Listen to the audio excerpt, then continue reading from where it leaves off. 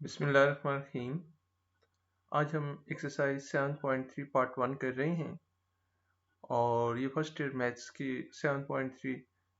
इसमें जो फॉर्मूला इस्तेमाल होता है उसे हम कहते हैं बाइनॉमियल सीरीज। क्या कहा जाता है? Binomial series. बाइनॉमियल सीरीज का ये फार्मूला है। अब इस फार्मूले को याद रखने के लिए आपको टेक्निक बताता हूँ। आप 1 plus x raise to power n तो आप लिख लेते हो। फर्स्ट टर्म आपने क्या लिखनी है? 1। अब एक शख्स है, उसके एक बच्चे की उम्र हमारे पास है n ईयर्स। एक बच्चे की उम्र कितनी है? n साल है। अगले उसके यहाँ एक और औलाद होती है, तो नेक्स्ट बच्चा उससे कितने साल कम होगा? 1 साल कम। उससे अगले साल उसके यहाँ एक और औलाद होती है n। अब कितने भाई हो गए? 3। n-1 n-2। अब मैथ्स में हम बच्चों को हम कहते हैं फैक्टोरियल। बच्चों को याद रखने के लिए बस ये याद रखें कि बच्चों को हम क्या कहते हैं? फैक्टोरियल। तो इसके कितने बच्चे हैं? n इसका एक बच्चा है तो 1 फैक्टोरियल। इसके कितने बच्चे हैं? दरमियान में प्लस का साइन लगाएं। 2 बच्चे हैं तो 2 फैक्टोरियल। इसके 3 बच्चे हैं तो 3 फैक्टोरियल। अब ये x भी आ रहा है, x को इन्वॉल्व करना है, तो इधर x की पावर आपने क्या लिखनी है? 1।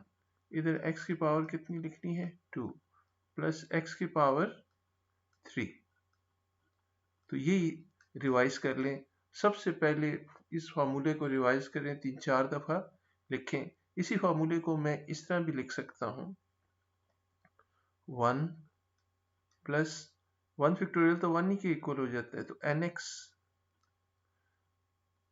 इस फार्मूले की प्रैक्टिस हम कर रहे हैं, तो ये 1/2 फैक्टोरियल है। इसी को आप शुरू में लिख दें। 1/2 factorial n into n-1 into x square. इसको क्या लिखेंगे? 1/3 फैक्टोरियल। जरा साथ साथ मेरे बोले, n n-1 n-2 x cube plus so on. अब ये याद रखें कि ये फार्मूला टर्मिनेट नहीं होता, ये ख़त्म नहीं होता। ये कब इस्तेमाल होता है? इस फार्मूले को इस्तेमाल कब किया जाता है? तो इस फार्मूले को इस्तेमाल करने के लिए मैं आपको बता देता हूं कि इस फार्मूले को, ये देखें, ये n अगर n is equal to negative हो और n is equal to fraction आ जाए, कोई भी फ्रैक्शन आ जाए, 2/3, 1/3, 1/4, n अगर नेगेटिव हो या फ्रैक्शन हो तो फिर ये फार्मूला इस्तेमाल होता है। और इस फार्मूले की खसूसियात ज़रा याद रखें कि कब फार्मूला इस्तेमाल हो सकता है, कब इस्तेमाल नहीं हो सकता। तो इसकी फर्स्ट टर्म क्या होनी चाहिए? 1 होनी चाहिए फर्स्ट टर्म। n नेगेटिव हो या फ्रैक्शन हो तो तब आप फार्मूला। अब एमसीक्यूज में पूछा जाता है कि ये कब टर्मिनेट होता है, तो इसकी टर्म, जैसे मिसाल के तौर पे अगर मैं a plus B whole square लिखता हूँ, a plus B whole square लिखता हूँ, तो ये इसकी पावर 2 है, तो कितनी टर्म्स आती हैं? 3।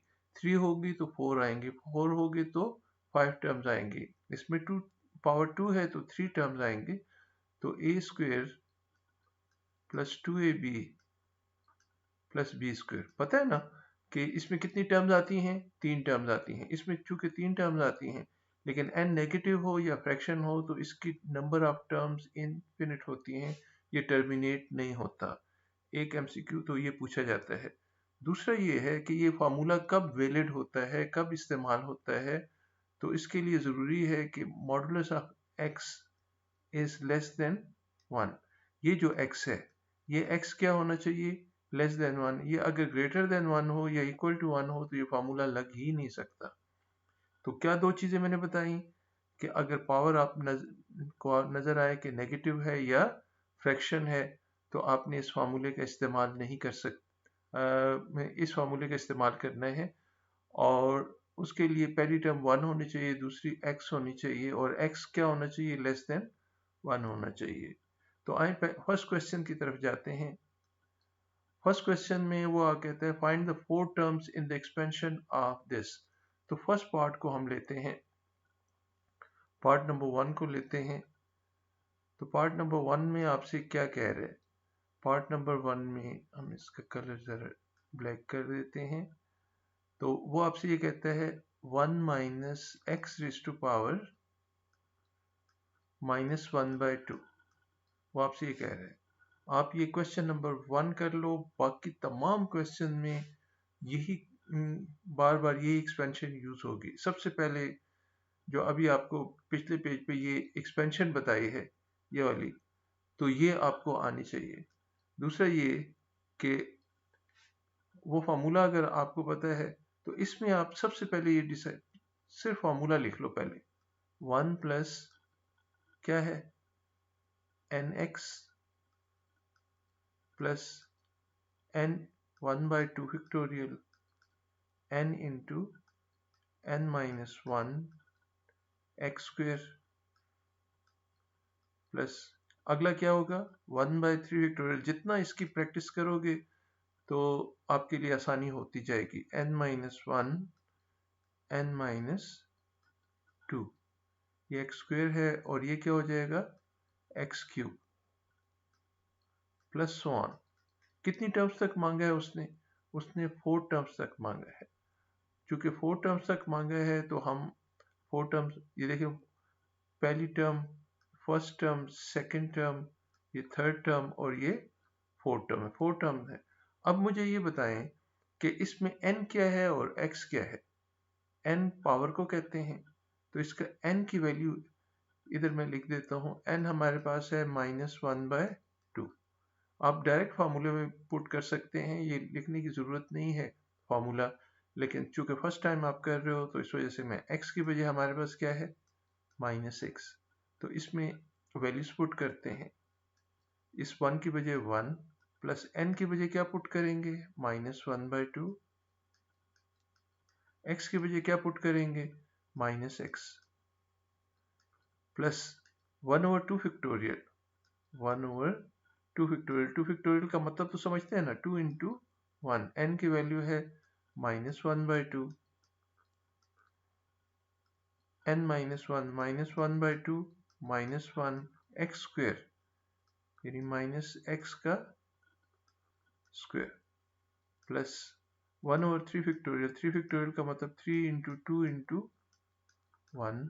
n से मुराद क्या है -1/2, अगले n से -1/2 -1 -1/2 -2, और इधर हम क्या लिख देते हैं, कहाँ पे लिखूं, चलें, -x का क्यूब है।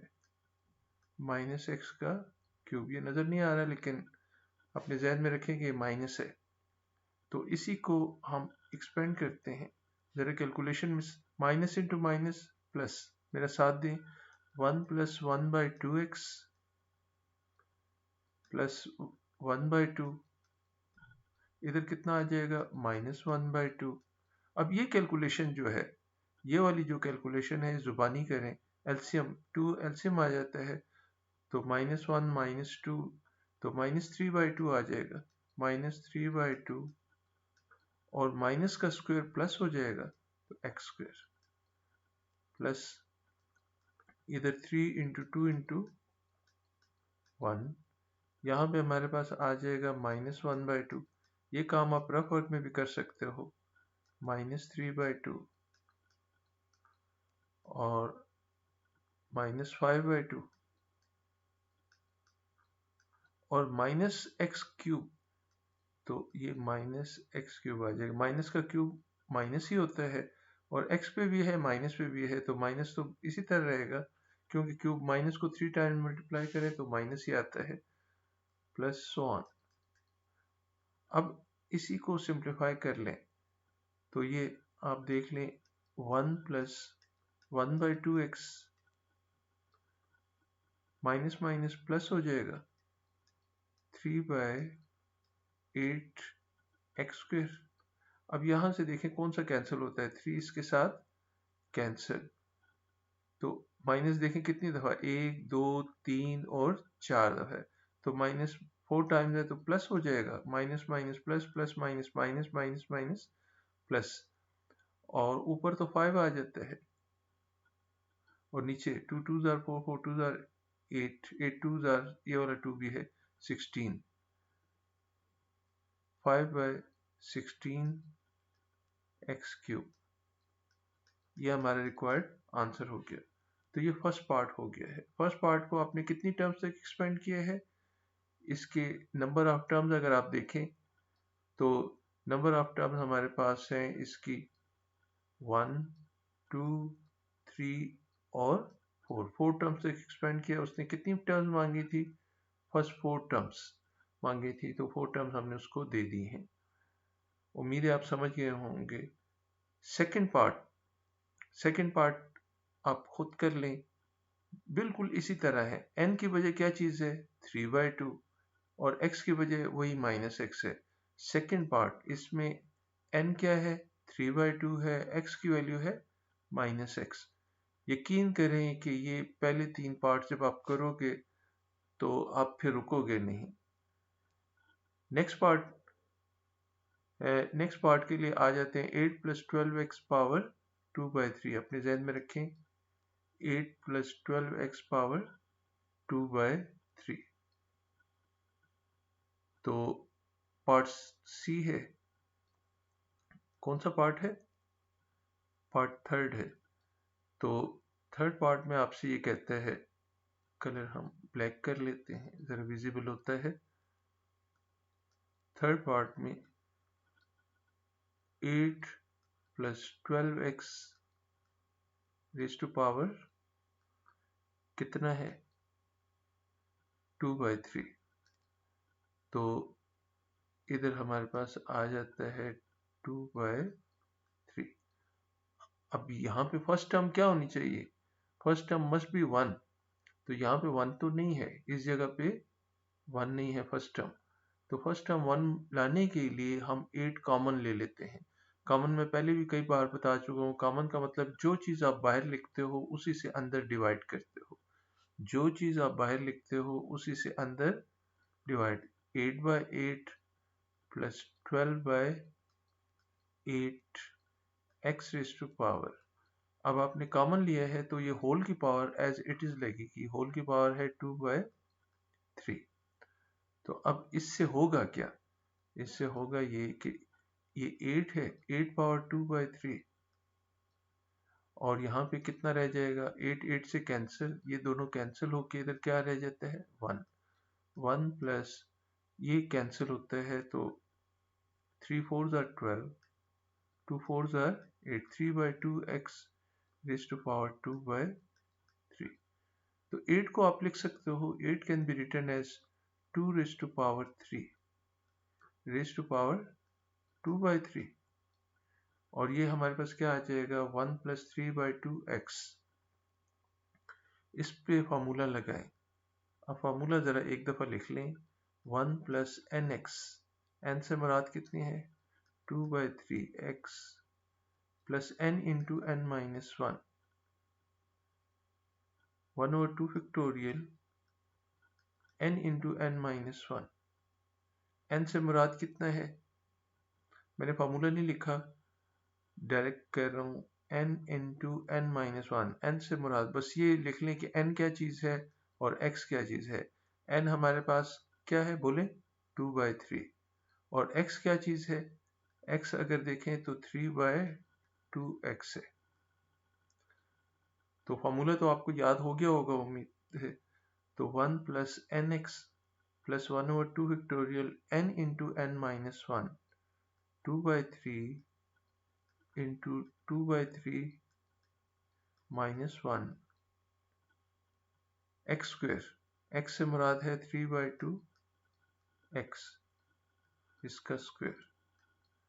नेक्स्ट क्या आ जाएगा, 1/3 फैक्टोरियल n × n - 1, n से मुराद है 2/3, अगला है 2/3 - 1। इससे नेक्स्ट क्या है, 2/3 - 2 x square, 3x cube, 3/2x का क्यूब आ जाएगा। Plus so on. अब ये वाला 3 इसके साथ कैंसिल, तो ये 2 का स्क्वायर रह जाएगा। 2 का स्क्वायर किसके इक्वल हो जाता है? 4। तो 1 प्लस 2/3x प्लस 1/2 फैक्टोरियल, बताएं किसके इक्वल होगा? 2 इंटू 1 इंटू 2/3 इंटू, इससे कितना आता है? ये कैलकुलेशन या रफ वर्क में करें। मैं तो आमतौर पे कहता हूँ स्टूडेंट को जुबानी आपको आना चाहिए। इसके नीचे 1 है और इधर 3 है, 3 और 1 का एलसीएम 3, तो 2 माइनस ये 3 से मल्टीप्लाई होगा, तो 2 माइनस 3 माइनस 1/3। 3 का स्क्वायर 9, 2 का square 4 x square. Simple calculation है, कोई इतनी मुश्किल कैलकुलेशन नहीं है। 1/3 फैक्टोरियल, 3 फैक्टोरियल का मतलब क्या होता है? 3 इंटू 2 इंटू 1, 2/3 आ जाएगा। इससे कितना आएगा? -1/3, 3 2s are 6, minus 4/3, 2 minus 6 minus 4/3, और इधर कितना आएगा? 3 का क्यूब 27, 2 का cube 8 x cube plus so on. अब इसको सिंप्लीफाई करना है। इसको सिंप्लीफाई करना है तो 4 इंटू 1 प्लस 2/3x, 2 इस 2 के साथ कैंसिल, ये 2 3 इस 9 के साथ कैंसिल, तो यहाँ पे हमारे पास सिर्फ और सिर्फ 4 रह जाता है, प्लस 1/4। देख लें अगर कैलकुलेशन में कोई मिस्टेक ना हो, तो 1/4 एक्स स्क्वायर प्लस ये वाला 2 इस 2 के साथ कैंसिल, और तो कोई कैंसिल नहीं होता, ये 4 4 के साथ कैंसिल हो जाते हैं। अब यहाँ पे क्या रह जाएगा? माइनस इंटू माइनस प्लस, ऊपर 27 है तो ये 27 भी है, ये 3 इसके साथ कैंसिल होगा, तो ये कितना रह जाएगा? 9। ऊपर सिर्फ 9 रह गया है, 9 मजीद कैंसिल होता है इस 3 के साथ, 3 3s are 9, ऊपर सिर्फ 3 रह गया है, ये वाला 3 इस 3 के साथ कैंसिल हो जाएगा, तो 3 3s are 9, 9 3s are 27, पूरा 27 कैंसिल हो जाता है। माइनस माइनस प्लस, ऊपर सिर्फ 1 रह गया है और नीचे 8, 1/8 एक्स क्यूब। आप खुद भी चेक कर लें, अगर मुझसे कैलकुलेशन में, क्योंकि इस पे लिखना ज़रा मुश्किल होता है, तो बाज़ औक़ात कैलकुलेशन में मिस्टेक हो सकती है, उसको आप इग्नोर किया करो, वो अपने ज़िम्मे आपने लेनी है। तो अभी तक हमने सिर्फ इसके 3 पार्ट्स किए हैं। आज मेरे पास इतना ज़्यादा टाइम नहीं है, तो कल इंशाल्लाह फिर आगे क्वेश्चन करेंगे। तब तक के लिए अल्लाह हाफ़िज़।